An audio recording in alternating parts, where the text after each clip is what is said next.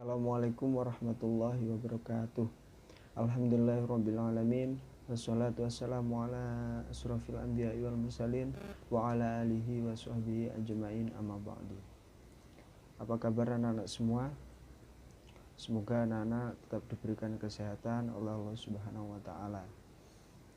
Ya, untuk pertemuan kali ini yaitu pertemuan terakhir dari Bapak,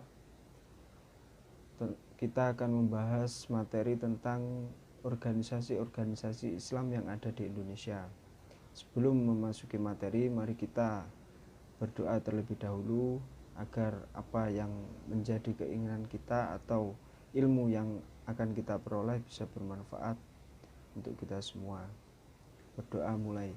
Bismillahirrahmanirrahim. Raditu billahi rabba wa bil islami dina wa bi Muhammadin nabiyya wa rasula. Rabbi zidna ilman nafi'a warzuqna fahman wasi'a. Amin ya rabbal alamin. Organisasi-organisasi Islam yang ada di Indonesia. Organisasi Islam di Indonesia adalah organisasi Islam yang bergerak di bidang keagamaan, pendidikan, sosial, dan ekonomi. Keberadaan organisasi-organisasi Islam di Indonesia tidak dapat dilepaskan dari peranannya pada zaman perjuangan kemerdekaan. Peranan para ulama Islam yang tergabung dalam berbagai organisasi akan perjuangan mencapai kemerdekaan sangat besar dan tidak bisa diabaikan.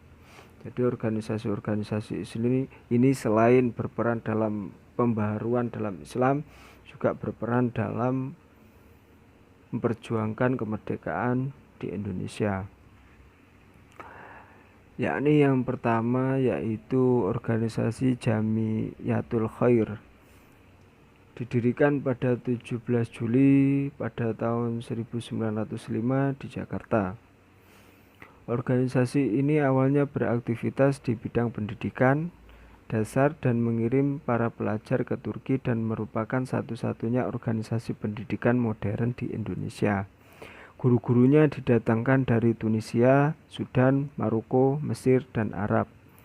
Korespondensi mereka dengan tokoh-tokoh pergerakan dan juga surat kabar dari luar negeri turut menyebarkan kabar mengenai kekejaman pemerintah Belanda.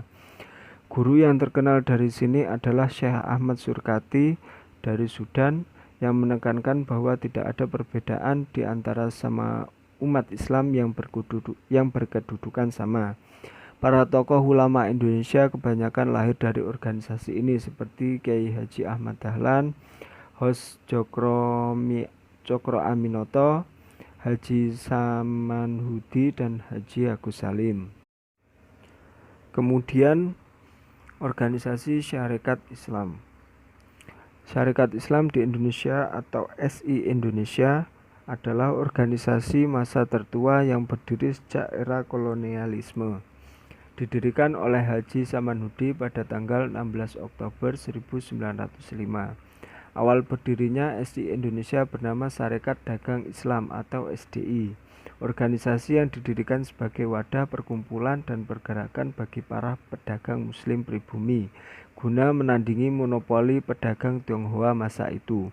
Sikap imperialisme pemerintah kolonial Hindia Belanda terhadap pedagang pribumi membuat Haji Samanhudi yang juga berprofesi sebagai seorang saudagar bergerak dengan cepat menyebarkan berita berdirinya SDI atau Sarekat Dagang Islam. Salah satunya melalui Buletin Taman Pewarta pada tahun 1902 sampai 1915. Kongres Sarekat Islam yang pertama di Surabaya pada tanggal 10 November 1912. Namun setahun sebelumnya Sarekat Dagang Islam atau SDI berganti nama menjadi Sarekat Islam. Pergantian nama juga merubah ruang pergerakan Sarekat Islam dalam arti luas, mencakup berbagai aspek sosial, politik, ekonomi, pendidikan, dan keagamaan. Nah, jadi sebelumnya SDI ini hanya berfokus pada Sarekat Dagang Islam. Karena berganti nama menjadi Sarekat Islam, mereka kembali menambah ruang atau ruang pergerakan mereka menjadi mencakup beberapa aspek seperti sosial, politik, ekonomi, pendidikan, dan keagamaan. Pergantian nama di tubuh Sarekat Islam dibahas dalam Kongres Sarekat Islam yang pertama di Surabaya pada tanggal 20 Januari 1913. Berikutnya Persatuan Umat Islam. Persatuan Umat Islam atau PUI didirikan oleh Kiai Haji Abdul Halim yang merupakan seorang ulama pengasuh Pondok Pesantren Majalengka, Jawa Barat pada tahun 1911.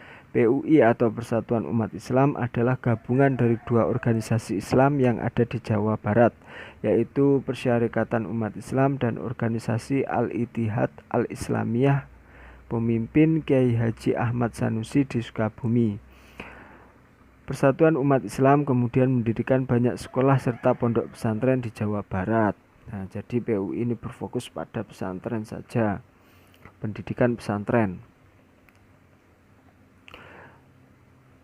Kemudian organisasi Muhammadiyah didirikan oleh Kiai Haji Ahmad Dahlan di Kampung Kauman, Yogyakarta pada tanggal 8 Dzulhijjah 1330 Hijriah atau 18 November 1912.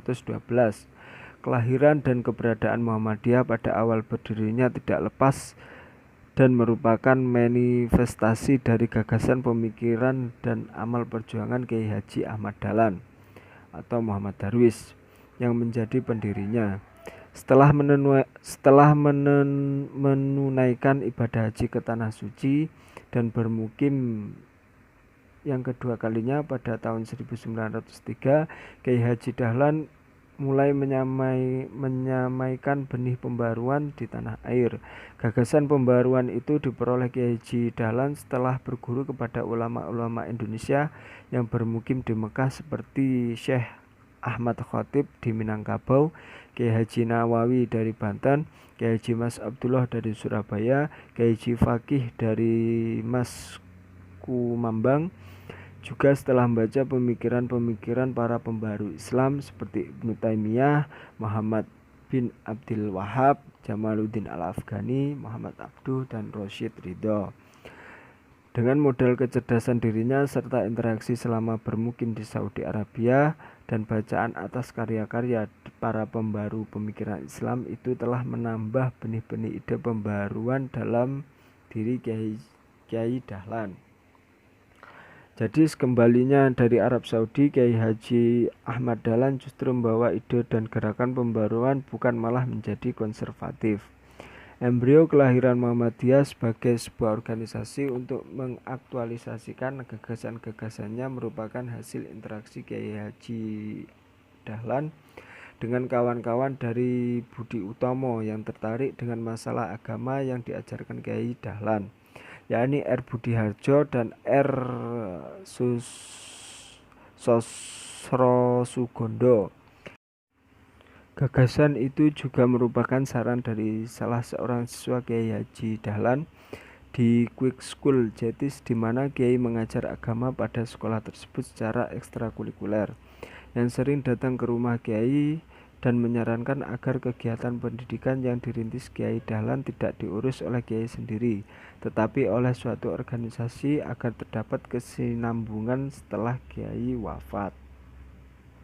Kelahiran Muhammadiyah sebagaimana digambarkan itu melekat dengan sikap, pemikiran, dan langkah Kiai Haji Ahmad Dahlan sebagai pendirinya, yang mampu memadukan paham Islam yang ingin kembali pada Al-Quran dan Sunnah Nabi dengan orientasi tajdid yang membuka pintu ijtihad untuk kemajuan, sehingga memberi karakter yang khas dari kelahiran dan perkembangan Muhammadiyah di kemudian hari. Kiai Haji Ahmad Dahlan sebagaimana para pembaru Islam lainnya, tetapi dengan tipikal yang khas, memiliki cita-cita membebaskan umat Islam dari keterbelakangan dan membangun kehidupan yang berkemajuan melalui tajdid atau pembaruan, yang meliputi aspek-aspek tauhid, ibadah, muamalah, dan pemahaman terhadap ajaran Islam dan kehidupan umat Islam, dengan mengembalikan kepada sumbernya yang asli, yakni Al-Quran dan Sunnah Nabi yang sahih, dengan membuka ijtihad. Nah, berikutnya yaitu organisasi Persatuan Islam. Persatuan Islam atau Persis adalah sebuah organisasi Islam di Indonesia Persis didirikan pada 12 September 1923 di Bandung oleh sekelompok Islam yang berminat dalam pendidikan dan aktivitas keagamaan yang dipimpin oleh Haji Zamzam dan Haji Muhammad Yunus. Persis didirikan dengan tujuan untuk memberikan pemahaman Islam yang sesuai dengan keaslinya yang dibawa oleh Rasulullah SAW dan memberikan pandangan berbeda dari pemahaman Islam tradisional yang dianggap sudah tidak ada orisinil karena bercampur dengan budaya lokal.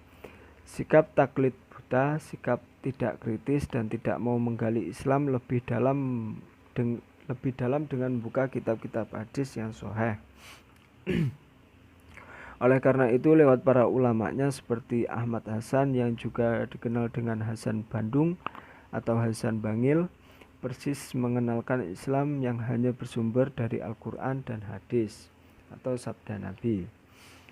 Persis bukan organisasi keagamaan yang berorientasi di bidang politik, namun lebih fokus terhadap pendidikan Islam dan dakwah yang berusaha menegakkan ajaran Islam secara utuh tanpa dicampuri khurafat, syirik, dan bid'ah yang telah banyak menyebar di kalangan awam orang Islam. Kemudian yang terakhir yaitu organisasi Nahdlatul Ulama. Organisasi ini merupakan sebuah organisasi Islam terbesar di Indonesia dan di dunia. Organisasi ini berdiri pada 16 Rajab 1344 Hijriah atau 31 Januari 1926 dan bergerak di bidang keagamaan, pendidikan, sosial, dan ekonomi. Kehadiran NU atau Nahdlatul Ulama merupakan salah satu upaya melembagakan wawasan tradisi keagamaan yang dianut jauh sebelumnya, yakni paham Ahlus Sunnah wal Jamaah. NU sebagaimana organisasi-organisasi pribumi lain yang bersifat sosial, budaya atau keagamaan yang lahir di masa penjajah, pada dasarnya merupakan perlawanan terhadap penjajah. Hal ini didasarkan berdirinya NU dipengaruhi kondisi politik dalam dan luar negeri, sekaligus merupakan kebangkitan kesadaran politik yang ditampakkan dalam wujud gerakan organisasi dalam menjawab kepentingan nasional dan dunia Islam umumnya. Kalangan pesantren gigih melawan kolonialisme dengan membentuk organisasi pergerakan seperti Nahdlatul Wathon, Kebangkitan Tanah Air pada tahun 1916, kemudian tahun 1918 didirikan Taswirul Afkar atau dikenal juga dengan Nahdlatul Fikri, Kebangkitan Pemikiran sebagai wahana pendidikan sosial, politik, kaum dan keagamaan kaum santri. Selanjutnya didirikanlah Nahdlatul Tujar atau pergerakan kaum saudagar yang dijadikan basis untuk memperbaiki perekonomian rakyat. Dengan adanya Nahdlatul Tujar itu, maka Taswirul Afkar selain tampil sebagai kelompok studi yang menjadi lembaga pendidikan yang berkembang sangat pesat dan memiliki cabang di beberapa kota. Dalam sejarahnya, Nahdlatul Ulama tampil sebagai organisasi Islam yang moderat di Indonesia dan mampu menerima tradisi-tradisi lokal serta beradaptasi dengan perubahan zaman. Di NU dikenal luas makalah Al-Muhafadhah alal Qadimiyal Sholih wa Al-Aqdubi Al-Jadid Al-Aslah, atau memelihara hal lama yang masih baik dan mengambil hal baru yang lebih baik. Sikap NU terbuka atas keragaman dan perbedaan. Karena dipengaruhi budaya Nusantara, NU juga memiliki prinsip tasawuf atau moderat, tasamuh atau toleran, serta tawazun atau proporsional. Dalam menyikapi berbagai persoalan baik sosial, politik maupun keagamaan, prinsip ini mendasari dan sekaligus memagari NU sehingga tidak jatuh dalam sikap radikal atau ekstrim atau taharuf. Dalam menegaskan prinsip dasar organisasi, Kiai Haji Hasyim Asy'ari merumuskan kitab Qomun Asasi atau prinsip dasar, kemudian juga merumuskan kitab I'tiqad Ahlussunnah wal Jamaah. Kedua kitab tersebut kemudian diejawantahkan dalam Kitab NU yang dijadikan dasar dan rujukan warga NU dalam berpikir dan bertindak dalam bidang sosial, keagamaan, maupun politik. Nahdlatul Ulama menoreh sejarah tersendiri bagi perjuangan bangsa Indonesia. Jauh-jauh hari sebelum gaung pertahankan NKRI menggema, para ulama bergerak terlebih dahulu. Para ulama, kiai, santri, warga Nahdien memberikan kontribusi nyata dalam mengawal perjuangan kemerdekaan, pertahankan dan mengisi spirit yang tak kenal lelah dan pamrih. Perjuangan semakin menggelora setelah keluar fatwa jihad yang dikumandangkan Hadratus Syekh Kiai Haji Hasyim Asy'ari dan lebih dikenal dengan resolusi jihad pada tanggal 22 Oktober 1945. Peristiwa penting yang merupakan rangkaian sejarah perjuangan bangsa Indonesia melawan kolonialisme. Peristiwa tersebut kini diperingati sebagai Hari Santri Nasional. Pada tanggal 9 November 1945, Hadratus Syekh Kiai Haji Hasyim Asy'ari sebagai pemimpin tertinggi Laskar Hizbullah menggalang kekuatan dari seluruh penjuru Surabaya untuk menghadapi setiap kemungkinan dengan penolakan terhadap Sekutu Nica atau Netherlands Indies Civil Administration. Kiai Haji Abbas Abdul Jamil atau Buntet memimpin komando pertempuran dibantu oleh Kiai Haji Wahab Hasbullah, Bung Tomo, Ruslan Abdul Ghani, Kiai Haji Mas Mansur dan Cak Arnomo. Bung Tomo berpidato dengan disiarkan di radio, membakar semangat para pejuang dengan pekik takbirnya untuk bersiap syahid fisabilillah. Peristiwa heroik pada tanggal 10 November 1945 yang diperingati sebagai Hari Pahlawan tidak lepas dari rangkaian panjang semangat resolusi jihad yang dicetuskan di markas Nahdlatul Ulama Jalan Bubutan nomor 62 Surabaya. Kiranya kegiatan perjuangannya Hadratus Syekh Kiai Haji Hasyim Asy'ari dikukuhkan sebagai pemimpin pahlawan nasional yang ditetapkan oleh Presiden Soekarno dalam Kopres nomor 249 tahun 1945. Mungkin itu yang bisa Bapak sampaikan. Ya, kiranya Bapak ada salah kata atau salah dalam menjelaskan, mohon maaf, bisa dikoreksi sendiri. Ya, untuk pertemuan selanjutnya sudah tidak ada. Ini menjadi pertemuan terakhir kita. Semoga ilmu yang Bapak berikan dari awal sampai hari ini bisa bermanfaat bagi kalian semua. Kurang lebihnya mohon maaf. Mari kita tutup pembelajaran hari ini dengan bacaan hamdalah. Alhamdulillahirabbil alamin. Assalamualaikum warahmatullahi wabarakatuh.